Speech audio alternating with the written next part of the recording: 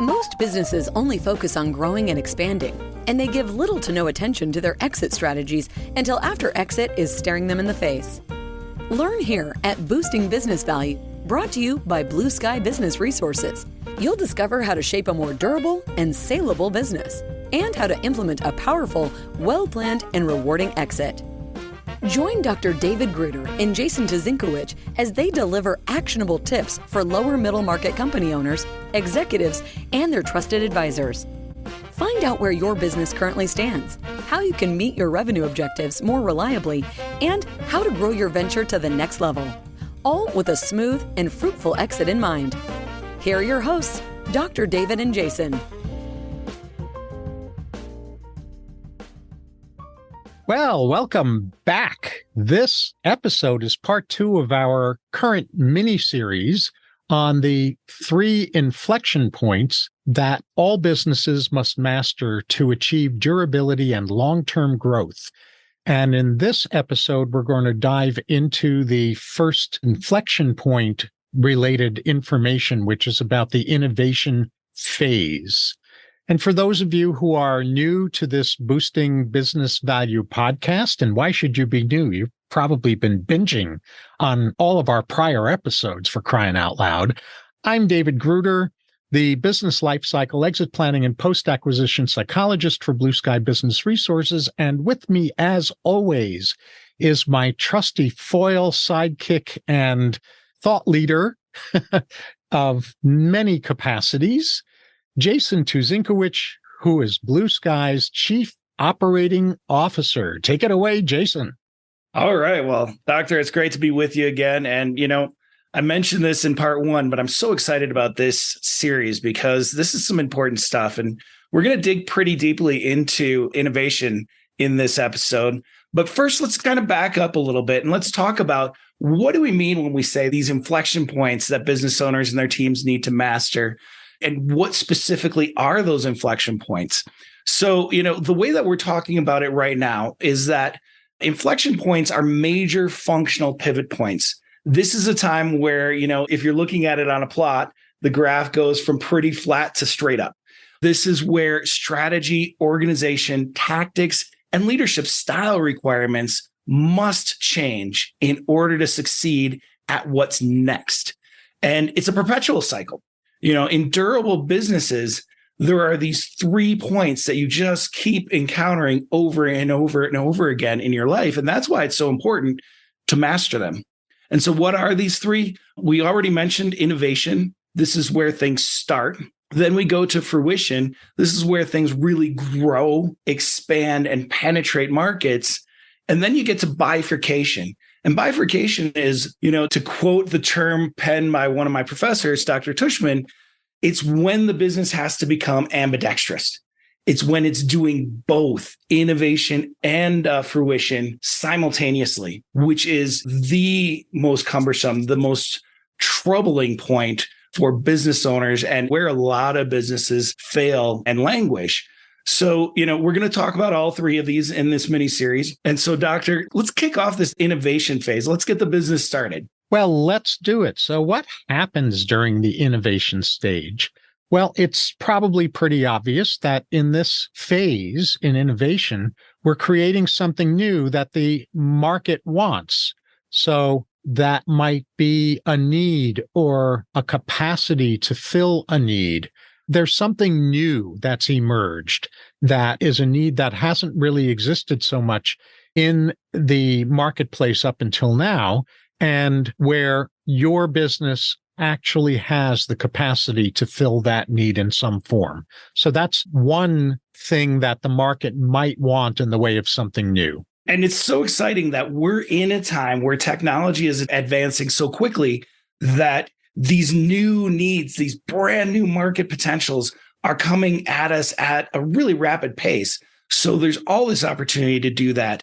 And then the other one is when the need exists, but the market is unmet. People or businesses or whoever the buyer is not finding what they're seeking. And so they know that there's a need. The need has existed for a while, but there hasn't been a product or a service delivered that satisfies that need. Absolutely. And Another situation that calls for innovation is where the need exists and it's been filled in some manner up until now.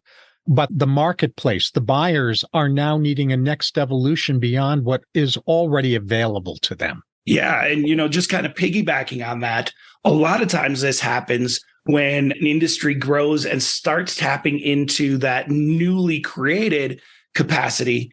And now the needs that they've had met by some product or service need to be specialized to service their new performance goals. And so it's again that it's kind of that evolution, but it's narrowing the focus into something that is tailored or bespoke to these newly emerging needs. Right. And not just newly emerging needs, but specialized versions of what's already available that have been customized for a specific sub-niche, a specific marketplace, rather than a generic version. And then, of course, where there is an existing need and it's being met pretty well, yet a new sub-need emerges where buyers are wanting that product or service delivered in a different way than it's currently available. Yeah, I think about, I use Microsoft Office all the time, and I used to use it on my PC, but now I want to use it on my tablet. I want to use it on my laptop and on different operating systems. So, you see this all the time in a lot of different products and services where the delivery method changes over time. And there's a lot of room for innovation in there.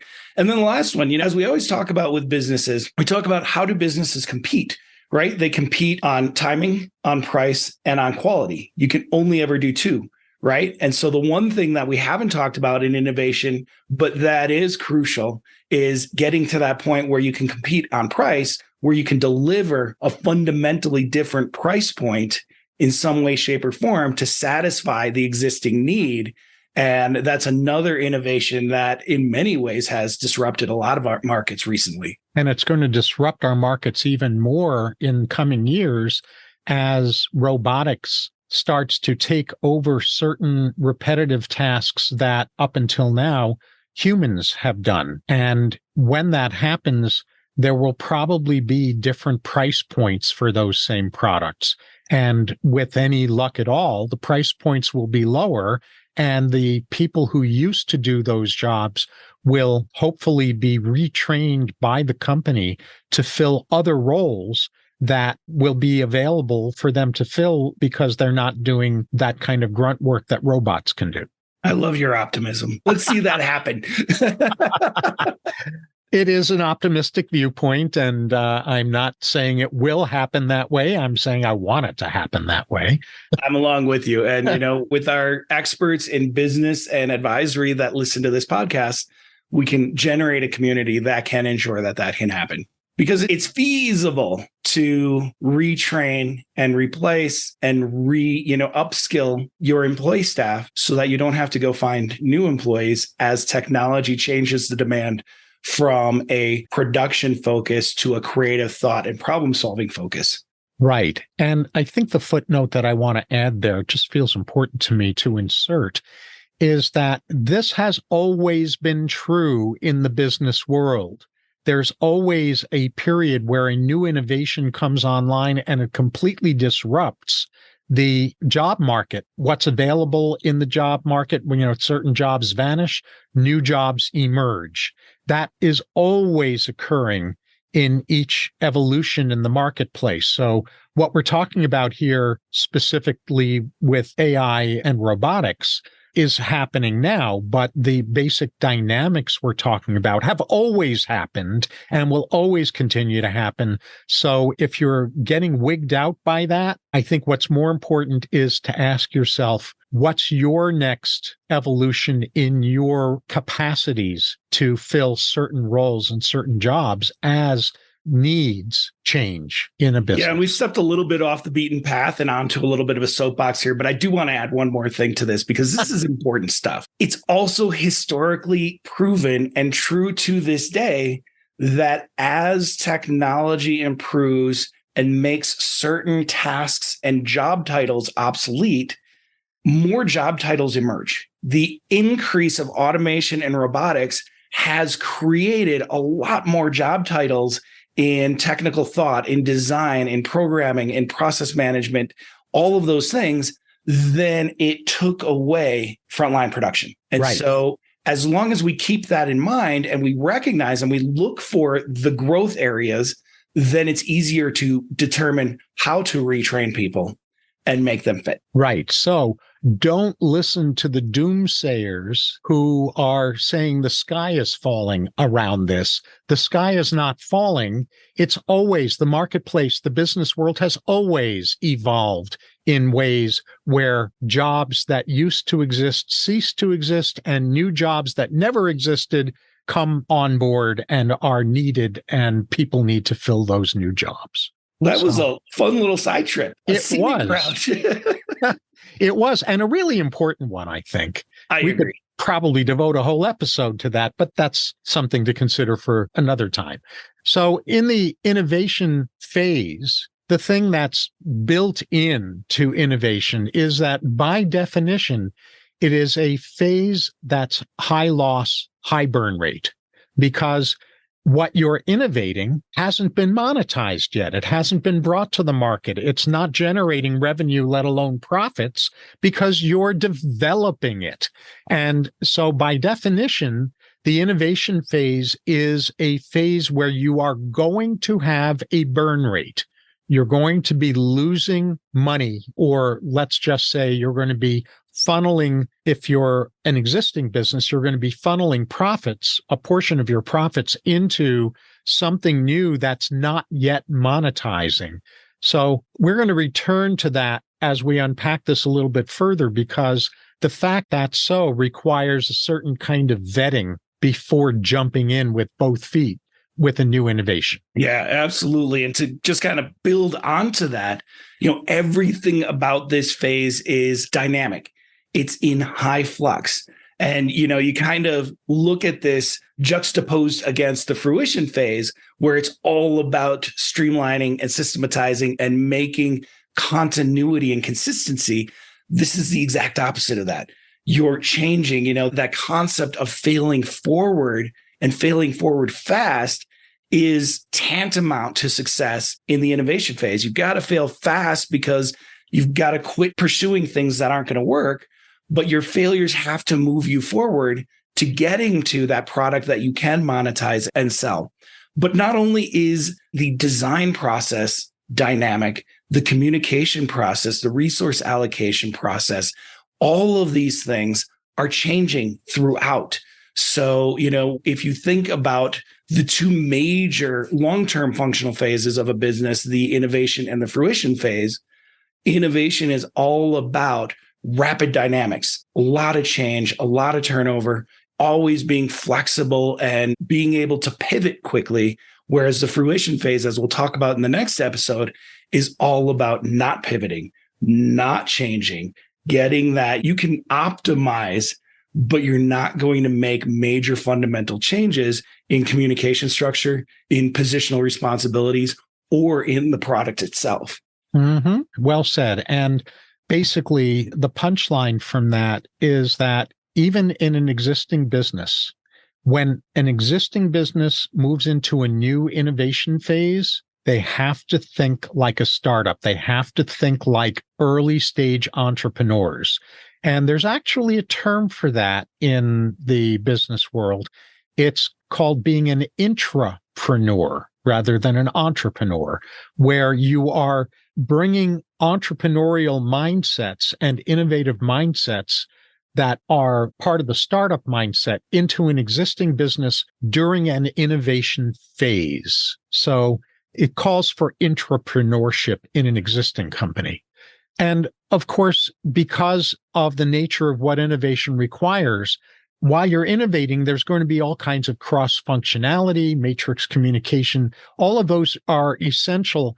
And the important thing is that the way that an innovation team operates always supersedes hierarchical structures in the main business if it's an existing business that's going into its next innovation phase.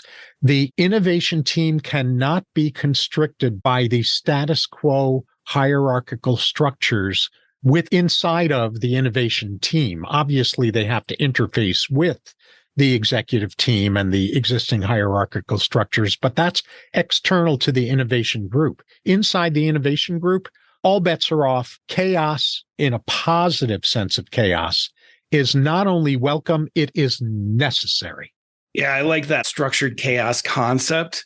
And all bets are off to a point, as long as they're failing forward and as long as they're driving towards something that's monetizable. Absolutely. There do need to still be some guardrails on here, but they're a lot wider than they are in the normal operation of a existing mature business. Yes, it occurs to me to have you add something, actually. I think what cross-functionality is going to be clear to our listeners, but for our listeners who aren't familiar with the term matrix communication, can you define that?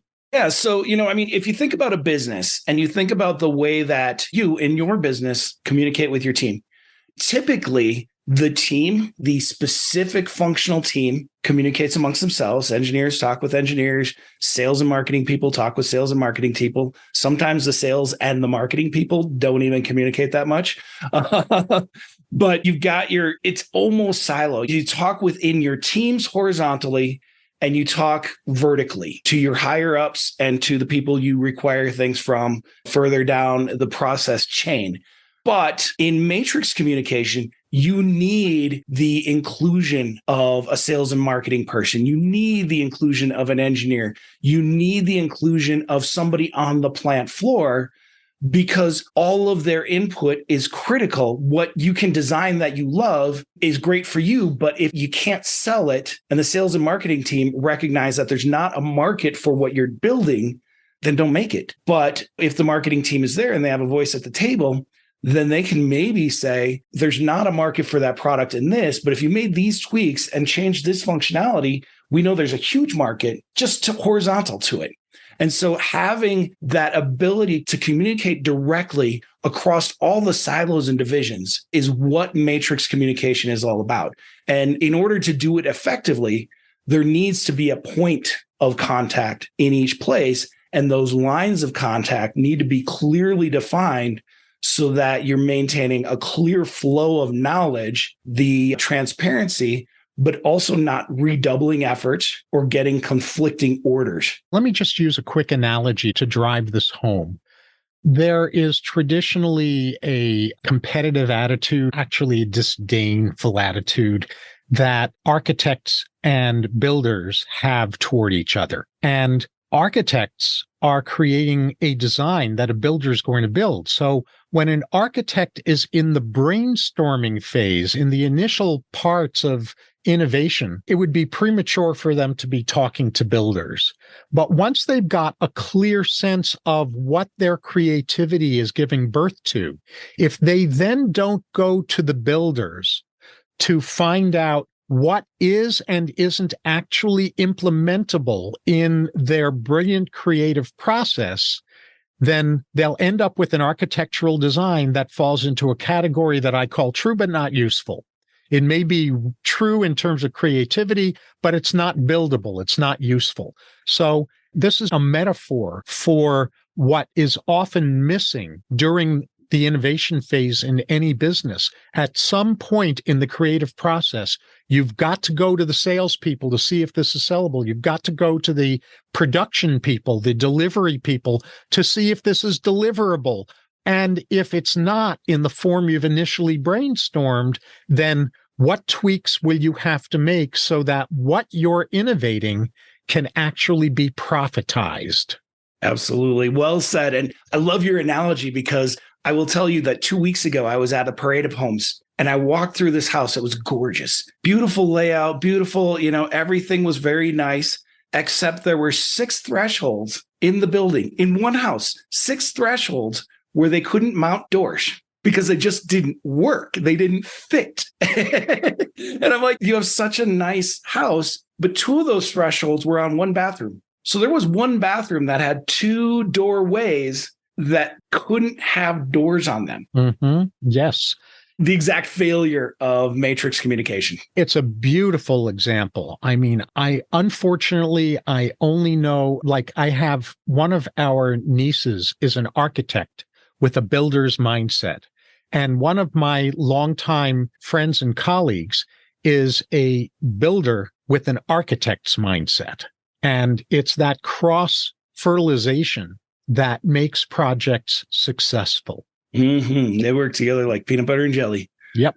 All right. So moving on, let's touch real briefly on some things. And we're not going to belabor this strictly because the next episode will really drive these points home. But let's spend just a couple seconds on what doesn't happen during the innovation phase, things that are specifically excluded from innovation phase success. And the first one of those is managing margins. And this comes up because, again, innovation phase is something you have to keep going into. And when you're a startup, it makes perfect sense. When you're a startup, it's obvious you're not driving margins until you can sell a product. It's when you're in a going concern that is shifting into that bifurcation phase where it's innovating and running a business, where managing margins becomes part of the mindset that carries over and should not. Yes. And the other thing that doesn't happen during the innovation phase is production optimization. Yes, at some point in the innovation process, you're going to be consulting with the people who will be responsible for producing what you're innovating after you've done your initial brainstorming and envisioning and all of that juicy initial creativity. So yes, you'll consult with them, but you're not in the innovation phase focused at all on production optimization. You're not optimizing the product or service that you're innovating yet. Actually, you might be optimizing the product or service that you're going to be bringing to the market.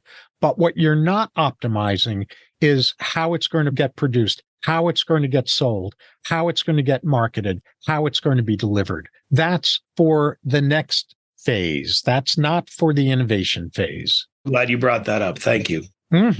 So big challenges and solutions for navigating the innovation phase. So let's touch first on innovation inflection point challenges and navigation.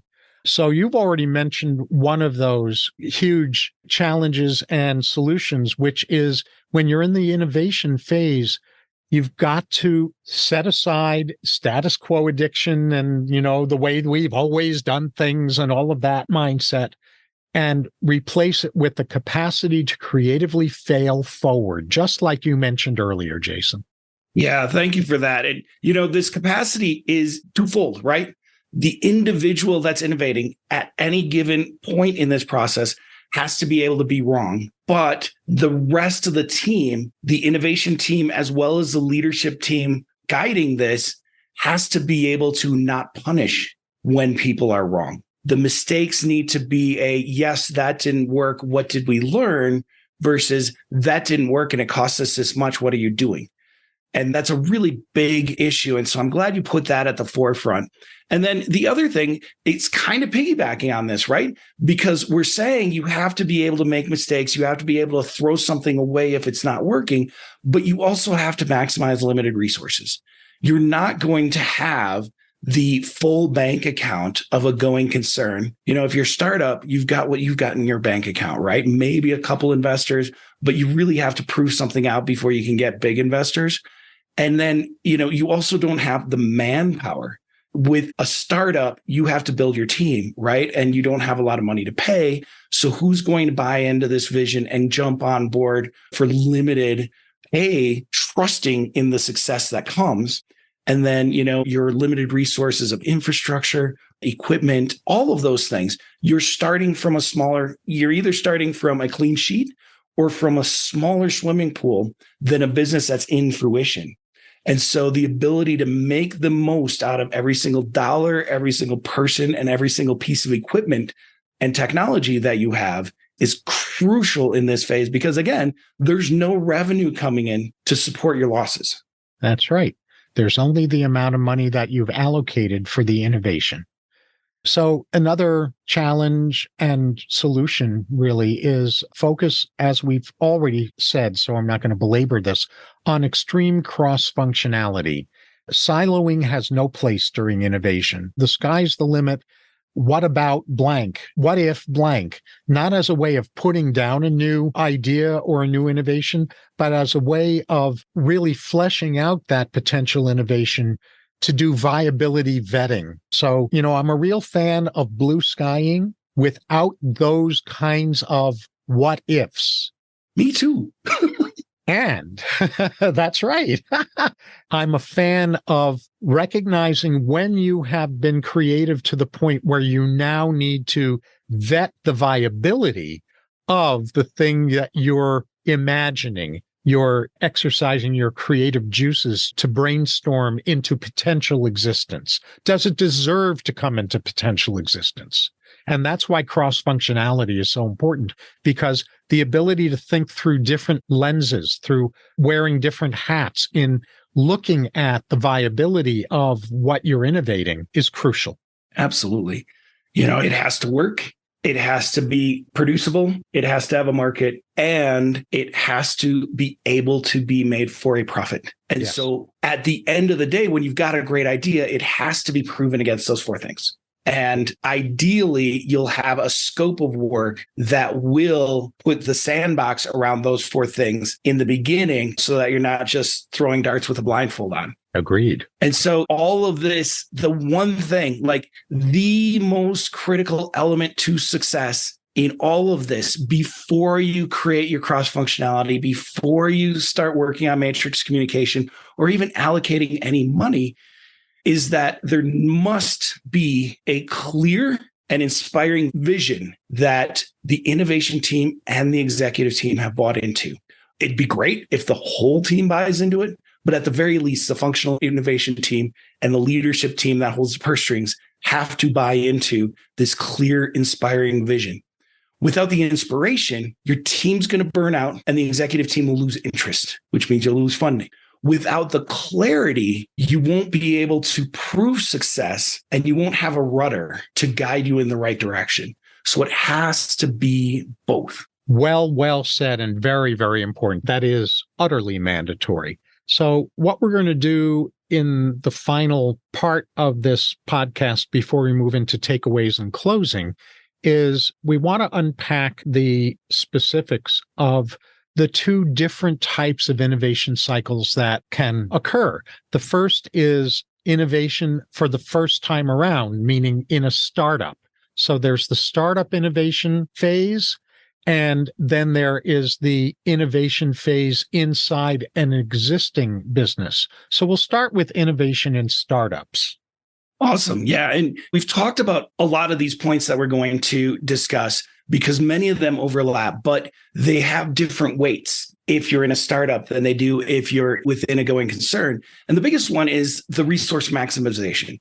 It's always important, but in a startup where you're clean sheet, you don't have a building or, any kind of equipment. You don't have a full team yet. You don't have something generating cash flow that you can draw from.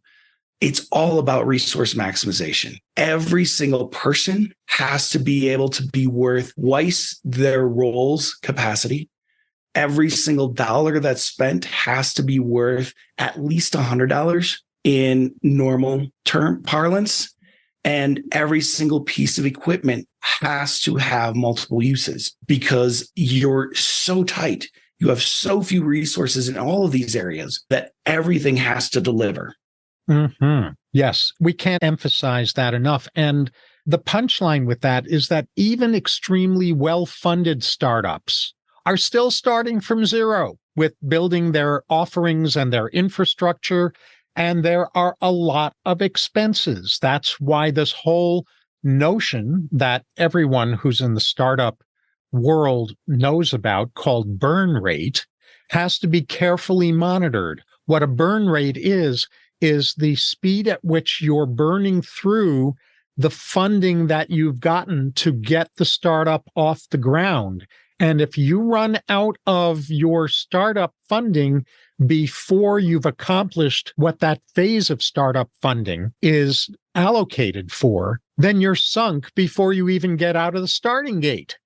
So true. And I could tell you horror stories of great companies, great startups that have gone out to the investor world, raised some capital, but weren't paying attention to their burn rate. And so they would raise this capital, they'd make a bunch of progress, make a bunch of moves, then they'd stall out because they ran out of money and they have to go raise another round. You do that once, it's bad. You do it more than once, and none of those investors are coming back to you. And so paying attention to this is extraordinarily important, whether it's your money or whether it's investors' money, it doesn't matter. You need to always have surplus money in the startup game because, again, there's no cash flow to back it up. And then moving into, that's the startup phase, specifically businesses that are starting up clean sheet. Now let's talk about the more common and more frequent failure point for businesses, which is when you're innovating within an existing business.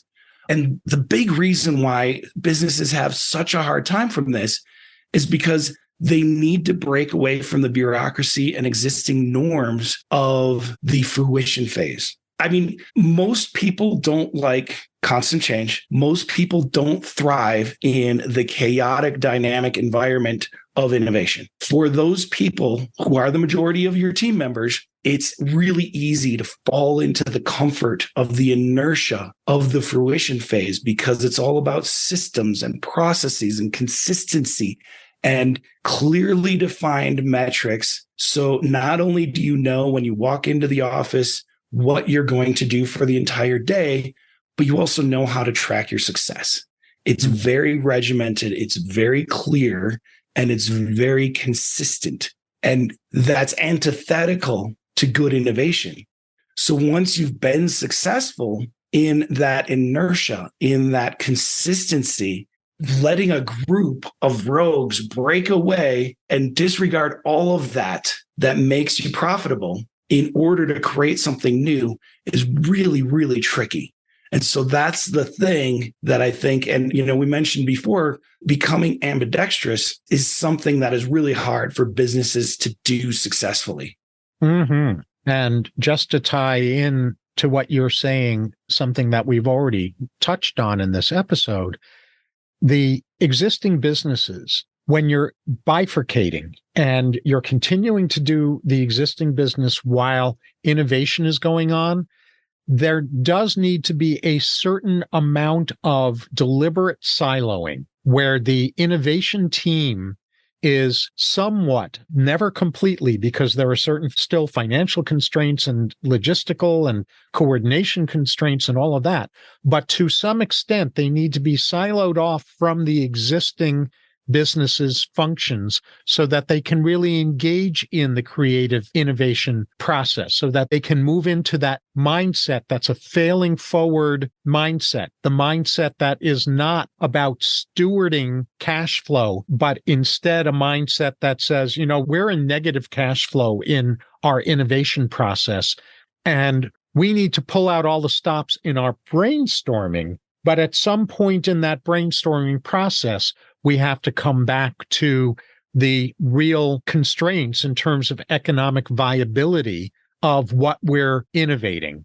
So a certain degree of healthy siloing of the innovation team, not full siloing, but a degree of siloing, is really important in an existing business when it's bifurcating.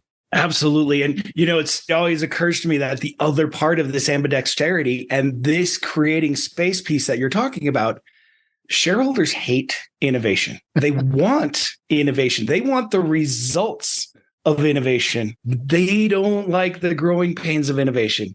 So part of all of this is creating that space from the shareholders and saying, hey, they're off limits because they're doing what in 2-3 years, you're going to be patting them all on the backs for the money they're putting into your stock value. Give them that space. And this is where that clear and inspiring vision becomes really important, right? But then the other part of this is the guardrails on the sandbox, right? There's still only so much money that can, should, and will be allocated for innovation. And so there are two sides to this, right? Allocated money for innovation must be sacrosanct. It must be committed to the innovation and not allowed to be diverted by anybody within the cash flow stream into things that they think are more important It can't be renegotiated after it's been allocated because something else came up that we want the money for. It has to be dedicated, but the innovation team also has to understand that they don't have a blank check to innovate from. They have to be focused. They have to be diligent and methodical in failing forward and testing their innovations to ensure that there's a pathway to profitability in a reasonable time frame. Yes, beautifully said. And the last thing is about cross-functional productivity, to tie this back in with what we were saying earlier. Cross-functional productivity in service of innovation is trickier in an existing company than in a startup, because in a startup, everyone's in cross-functionality mode. In an existing company, what you've done for the sake of bearing fruit and optimization in the second phase is people have been siloed to an extent. In other words, they become specialized. Your CFO thinks like a CFO. Your operations person thinks like an operations person, et cetera, et cetera. They're not cross-functional. And yet, in the innovation process, unless you're blessed with being in a company that has a standing, ongoing R&D department, the shift in mindset out of being focused on one aspect of the company, on marketing and sales or on production or whatever it is that you've been focused on, that has to go out the window if you're part of an innovation team. What you've been used to in the way of specialized thinking and specialized responsibilities and specialized advocacy on behalf of the part of the company's functioning that you're operating inside of has to be tossed out. You have to go back into entrepreneurial mode, into that cross-functional thought process and productivity that is not what you've been used to in the prior phase in an ongoing company. So true and so well said. And, this brings up a really important point, which is even if the business has done a great job of separating out an innovative team, allowing them the freedom from operating metrics and performance metrics, and allowing them the space and the adequate resources to do their design and innovation work, there will be a time where that innovation team requires resources from the parent company. And so think about this. You've designed a product. You're very excited about this product. But before you can do any real market research, perfect the design for manufacture, you have to do a trial run of manufacture. But if your plant manufacturing floor leader gets paid a bonus on productivity, stopping the line, doing a changeover, and running a limited run of something that doesn't generate revenue hurts his metrics and his or her ability to get the maximum bonus. And so at that point, the executive team, this is where the executive team, again, has to be involved and engaged in this, has to be able to provide a new incentive for those members of the team outside of the innovation team that may or may not buy into this new innovation, but provide appropriate incentives to support it anyway. And so that they're not being hurt by this innovation or even allowed to perceive harm because of the innovation. And so when you're talking about this cross-functionality, it becomes an even bigger deal when the innovation becomes mature and has to start being cross-functional within the rest of the organizational team. And so on that note, let's move on to the key takeaways. I think that we've got two big ones. And it's been a while to get here, but I think it's important. I really appreciate all of your insights, Doctor. This has been a great conversation. And For yours. me, the biggest takeaway is that innovation in a startup is really, really hard, but the people in a startup are expecting it. They come into a startup with this bootstrap mentality. They're creating something they're excited about. In bifurcation, where most mature businesses fail, it happens because they have that difficulty breaking away from the norms, procedures, and hierarchy that make the fruition phase so successful. And so innovation is hard in and of itself, but it gets a multiplicative effect of difficulty and challenge inside a going concern where we're pushing against comfort and profitability and success in order to innovate what's next. Well said. And then the other key takeaway is don't enter into innovation mode until you have the necessary vision for what's being innovated and why it's being innovated, the support for the innovation process, and a way to evaluate the viability of what your initial creative brainstorming generates before jumping in with both feet. Unless you've got those components, don't even bother innovating. It's going to be a money suck without a return. Absolutely. And on that cheerful note, thank you so much for joining us in this episode. We hope that you learned something. We hope that it helps guide your thinking in your business to a more successful and more valuable position. On behalf of Dr. Gruder and myself, we'd love to have you subscribe. Click the subscribe button, make some comments, give us your feedback. Tell us what you like, what you don't like, and give us some thoughts about what you'd love to hear us talk about in the future. Also, please visit the Blue Sky website. You can find all of our episodes. You can find the video, the audio, and the transcript of all of our podcasts there at blueskyadvisors.net/podcast. And also, you can find some really great free tools to assess the strategic health and the infrastructure viability of your business. They're micro surveys. They take less than 5 minutes to fill out each. Each one will give you actionable results and some findings that you can take to your business right away and put to work. And so check those out. We'd love to hear what you think about those as well. That's it. Thank you so much. We'll see you in the next episode where we talk about the fruition phase. That's all for this episode of Boosting Business Value. May your new learning result in the smoothest and most profitable exit strategy for your business. With the right knowledge and guidance, the sky's the limit to what you can do. Do not miss an episode by subscribing to the show. And if you want to learn where your business currently stands, we also have free key opportunity assessments. Find all of them at blueskyadvisors.net/podcast. Thank you for joining us. See you on the next one.